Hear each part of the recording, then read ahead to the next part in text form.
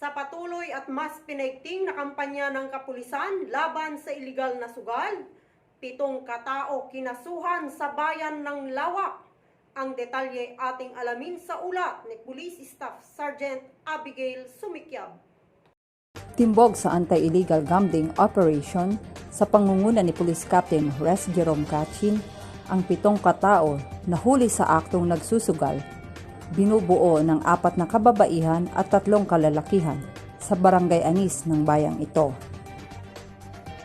Ilang araw ding minamanmanan ang nasabing lugar na kung saan ay nakakatanggap ang himpilang ito ng mga reports galing sa mga concerned citizens ng nasabing barangay. Nakumpiska ang isang set ng playing cards, bet money amounting to 1,120 pesos in different denominations.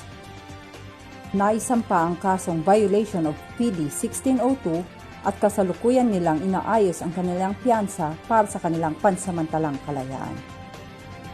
Ito po si Police Staff Sergeant Abigail Sumikyab, Police Patroller ng Lawak Police Station para sa Pangasinan Police Patrol.